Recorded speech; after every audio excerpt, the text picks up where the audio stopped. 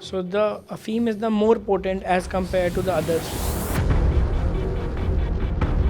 Majority of neurotic cases also kind of that are very difficult to treat.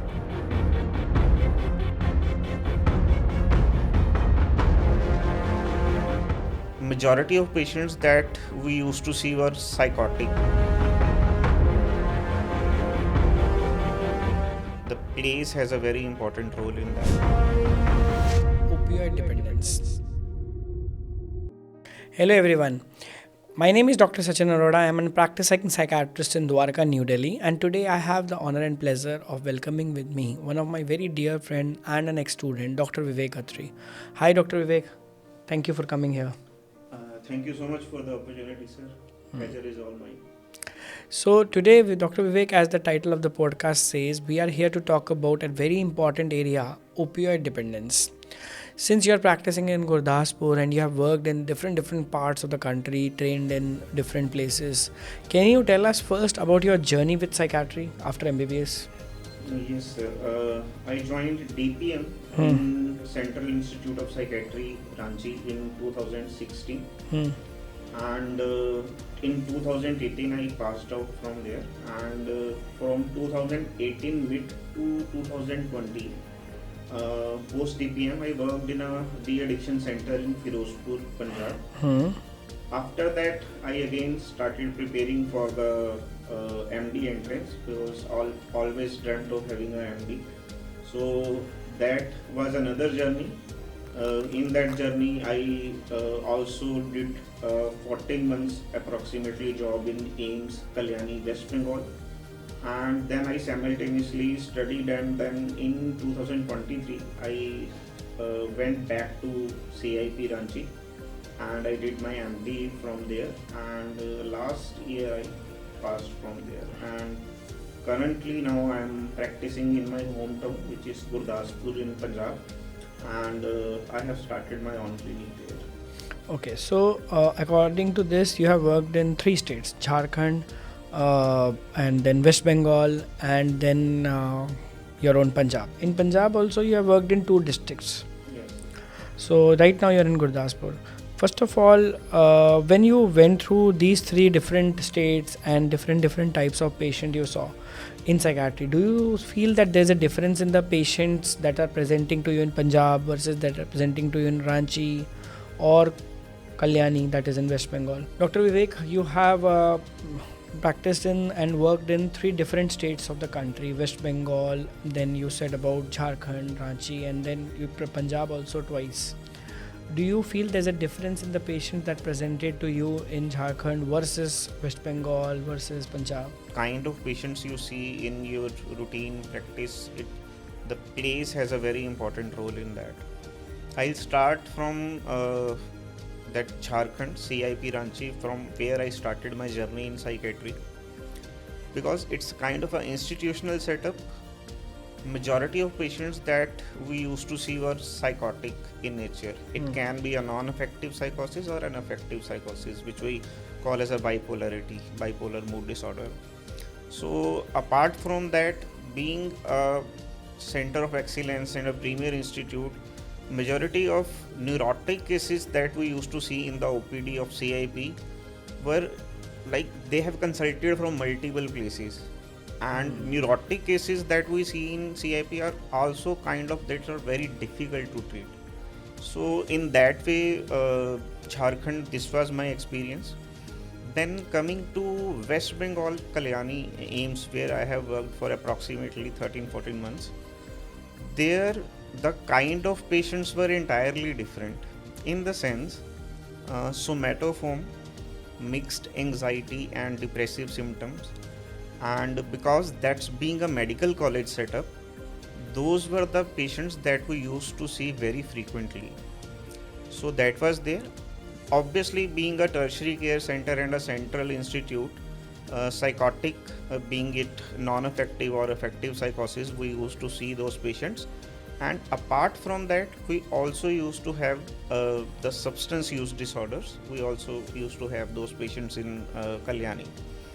And then coming to Punjab, where I have worked in Firozpur, and currently I am doing my practice in Gurdaspur. Again, the kind of patients you see in a private setup in any semi-urban or urban area, the majority is actually neurotic disorders. Like psychotic disorders patients, the family members are kind of so much emotional burnout is there that they try to take this patient in a setup where admission is possible. So like in our Punjab we have IMH Amritsar, so that is there. Many good private setups which have inpatient facilities, they do takes those very aggressive psychotic patients there. But if you are just doing OPD, mostly the patients that you will see, majority I would say, let's say 70-80% will be either neurosis and definitely substance use, which is very prevalent in Punjab. So you compared overall the three states. If I only talk about opioid in these three states, so you seen opioid dependence in Ranchi as well, Definitely. Kalyani as well, Yes. and Punjab as well. Yes. Do you feel there's a difference in opioid also? Huge difference. Huge difference. Can you elaborate more on that? I'll start from Punjab first. In Punjab, the opioid preparations that the people are taking are quite different from what is available in other states. For example, what is normally known as chitta or white, which is a pure form of heroin, is more prevalent in Punjab and northern जो states हैं in India. When apart from that heroin, we used to have cases of afim, which is also one of the preparation of opioid. Apart from that, few codeine syrup or pentazocine injection, those are bit less, but majority that opioid population is there, that is heroin, which is a quite pure form and highly potent. Now coming to Jharkhand and West Bengal, because these states are quite close to each other, the major opioid that those people are using is brown sugar, which is not the purest form and the potency is little bit lesser. So this is very important because it affects how we treat the patient and how the patient will respond to a treatment. So this is also important. And what about that seeds, which poppy seeds, which they call it? That is also one of the preparation, but that is mostly very less potent. That is very less potent, and that is in some dietary preparation, some foods that is used, and but that is very less potent.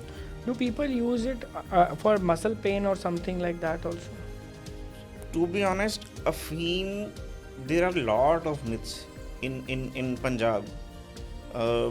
If someone is having stroke, ਜਿਹਨੂੰ ਅਸੀਂ ਪੰਜਾਬੀ ਚ ਅਧਰੰਗ ਕਹਿੰਦੇ ਆ, and if people are having a bad cholesterol or lipid profile is totally deranged, the people in Punjab have a belief that afim, if they take, will sort out all these issues.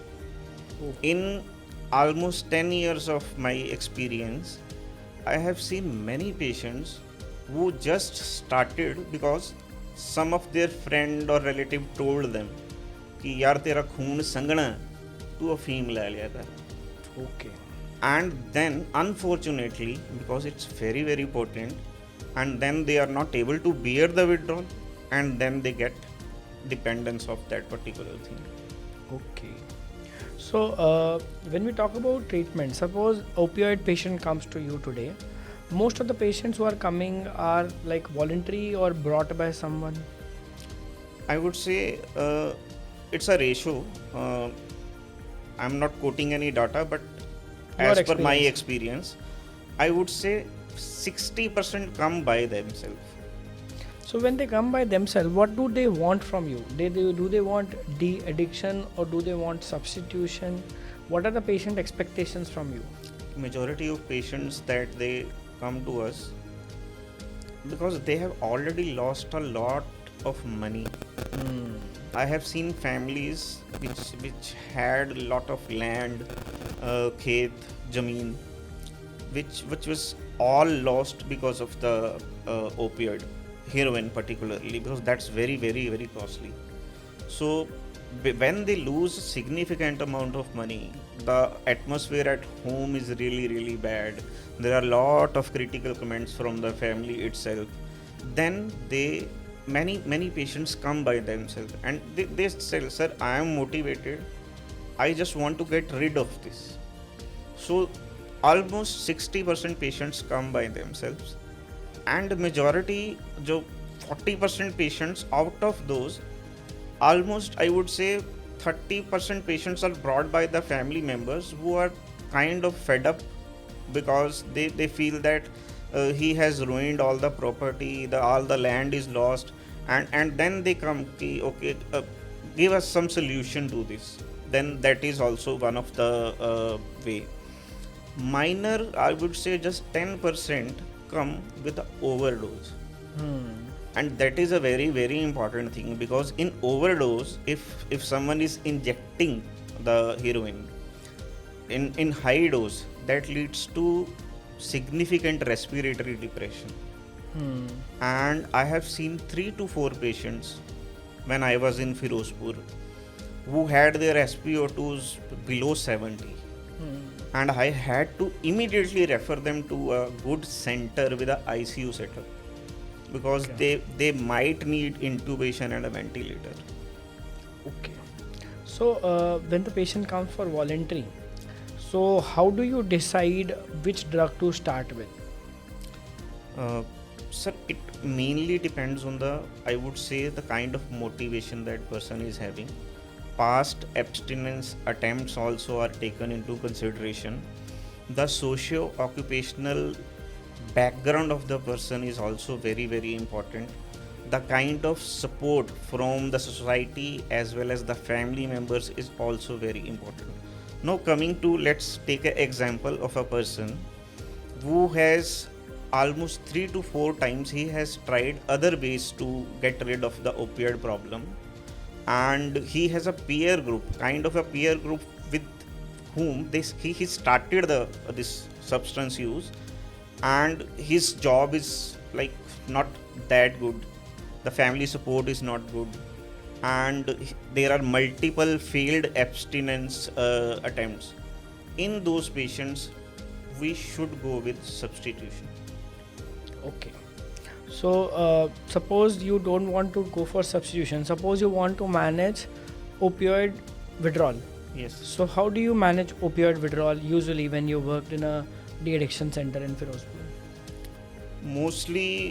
Most of the de-addiction centers, they do have buprenorphine. That is one way, but I'll come to the second way that is usually used in many centers in Punjab. That is, we give this adrenergic molecule such as clonidine, because that takes care of the sympathetic overdrive that the patient is having. Apart from that, we give muscle relaxants, painkillers, NSAIDs can be also used. One particular thing is tramadol or tapentadol, that is also very commonly used in Punjab in the patients in which we do not give buprenorphine to them. But unfortunately, the amount that people in Punjab or the northern part of our country they are taking, it is very very difficult to manage their withdrawal by these molecules only. And majority, I would say majority 70-80%, we then, if because there is a whole licensing process to obtain buprenorphine and all that, if we do not have that, we have to refer them and guide them that this is the best possible solution for you. You get your detoxification done, and if possible, then as a substitution for maintenance phase, you can start the buprenorphine. It will save your time, it will save your money. Okay, so it depends on patient to patient, the level of motive. Does it depend on the amount of opioid used? Definitely, sir. If someone is using 1 gram or more than that, particularly IV use if there, that is very very common. And very unfortunately, I have seen even boys as young as 13 or 14 years old who are using injectable form of heroin, coming up to be HCV or HIV positive. It was very very disheartening for me to see such condition. It also depends on that. So there also you use buprenorphine. Mostly yes. So when you give buprenorphine, you started it during the withdrawal phase and continue during maintenance as well. Usually there is a gap between the last intake of heroin, and we there is usually 12 or 24, or some centers follow 24, but I used to follow 10 to 12 hours. And then I used to, when the withdrawal starts, there is a scale, COWS, clinical opioid withdrawal scale. We rate the patient, and if the score is quite high, more than like 10, 12, 15 score is there, then we start with the detoxification phase with buprenorphine. Okay. So one is that plain buprenorphine and one is with naloxone combination which is coming. Can you give us an idea about when and where to use them? Usually the buprenorphine which comes in combination with naloxone, the basic purpose which I have understood over a period of time is to prevent the IV abuse. Yes.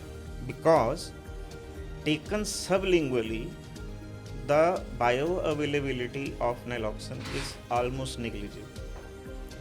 But if a patient is taking buprenorphine and naloxone combination as a IV use, the patient will not get that high, and he might have a precipitated withdrawal also. Okay.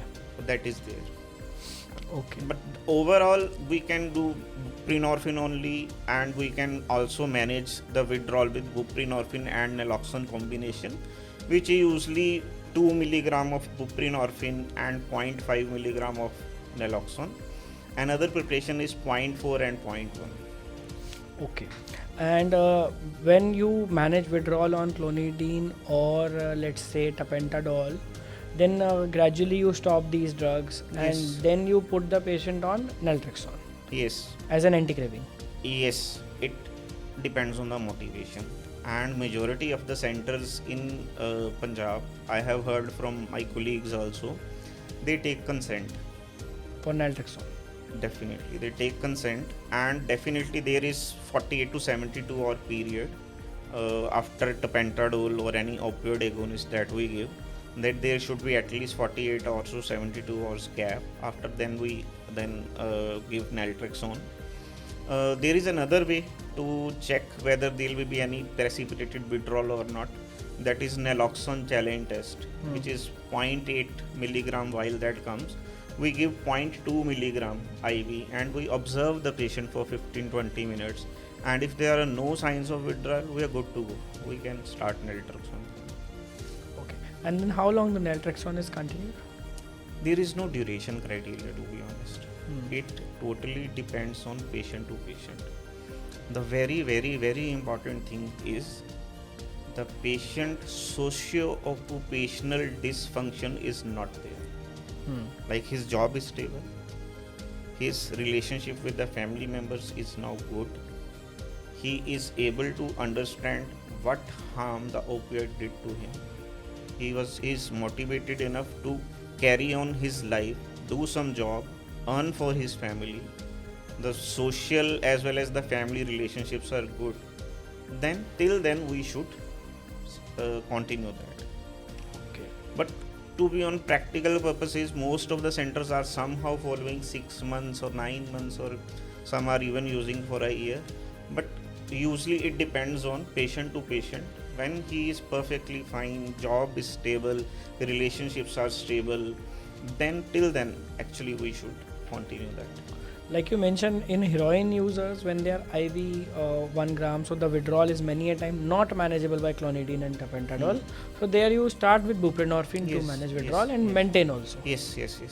But in light dosage and oral users, you first do with? Yes, clonidine, tapentadol. And then put the patient on yes, naltrexone. we gradually taper down tapentadol over a period of 10 Is there 12 any days. other drug in opioid dependence management which you have used and helped you apart from these?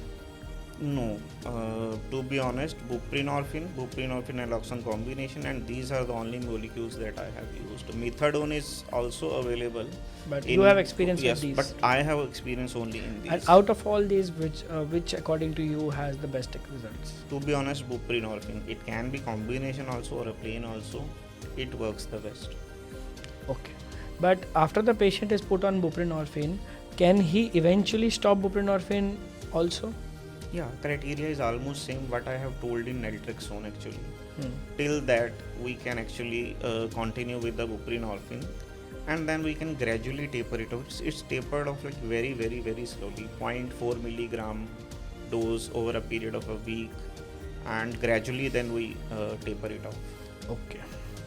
So before ending the this session, you have been trained in CIP Ranchi and practicing in Punjab.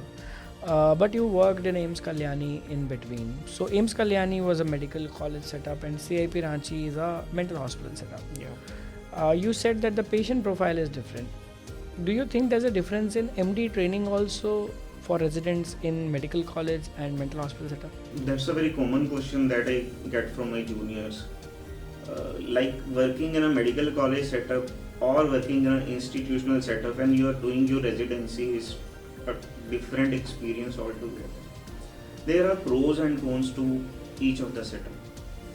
First, let's come to a medical college setup. You have your OPD, you have your wards, which are somehow limited beds as compared to an institutional setup. OPD is majority neurotic as well as mixture of psychotic you see in a medical college setup. But the important thing which a medical college setup gets is consultation license. That is one important thing that is there. But many of the institutional setups like CIP Ranchi where I have worked have just last year, 2 years ago I think they started a consultation license posting in RIMS, which is one of the medical college in Ranchi. So they do have a 3 months posting there, and they do get referrals from various departments, be it medicine or surgery or gynae or pediatrics, and they do get a decent amount of exposure for that also.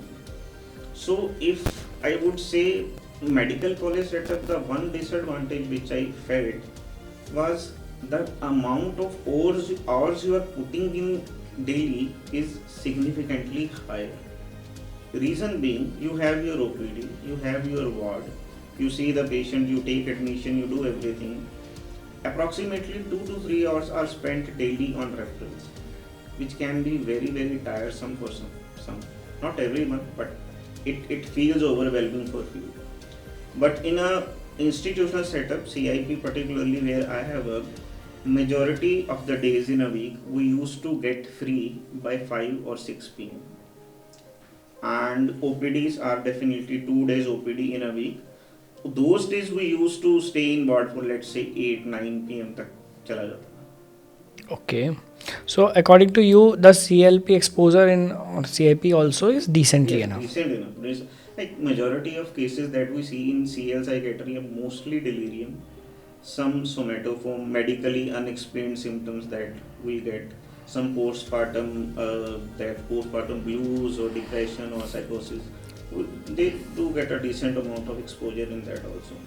Thank you so much, Dr. Vivek, for your insight on opioid dependence.